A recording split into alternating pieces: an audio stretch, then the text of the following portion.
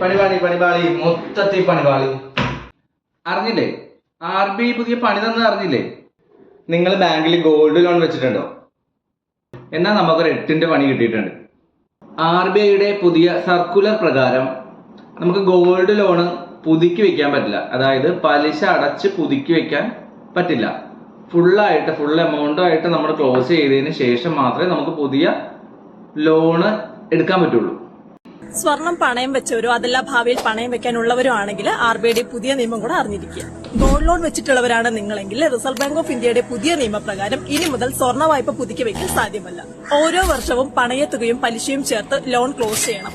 ശേഷം 24 മണിക്കൂറിന് ശേഷം മാത്രമേ ലോൺ എടുക്കാൻ സാധിക്കുകയുള്ളൂ. പലിശ മാത്രം അടച്ച് ലോൺ പുതുക്കി വെക്കൽ ഇനി നടക്കില്ല.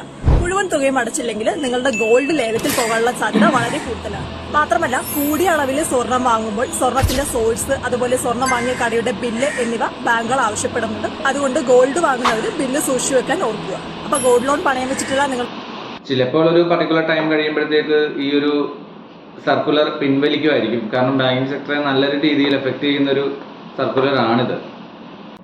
ഇപ്പൊ തന്നെ ബാങ്കിങ് സെക്ടർ മാറി പ്രൈവറ്റ് സെക്ടറിലേക്ക് ആളുകൾ ഗോൾഡ് ലോണിലേക്ക് പോകുന്ന ഒരു പ്രവണത കണ്ടു തുടങ്ങിയിട്ടുണ്ട്.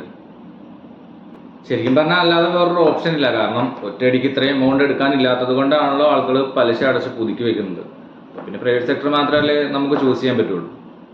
ഇന്നലെ ഞാൻ കാനറ ബാങ്കിൽ പോയപ്പോഴത്തേക്ക് അവിടുത്തെ അപ്രൈസൽ പറയുകയാണ്, ഇങ്ങനത്തെ ഒരു സ്കീം വന്നതുകൊണ്ട് പൊതുവെ ആളുകൾ ബാങ്കിലേക്ക് പണയം വെക്കാൻ വരുന്നൊരു ഇത് കുറഞ്ഞു. കാരണം പുള്ളിയുടെയൊക്കെ സാലറിയിൽ അവർക്ക് ഡെയിലി വേജസ് ആണല്ലോ.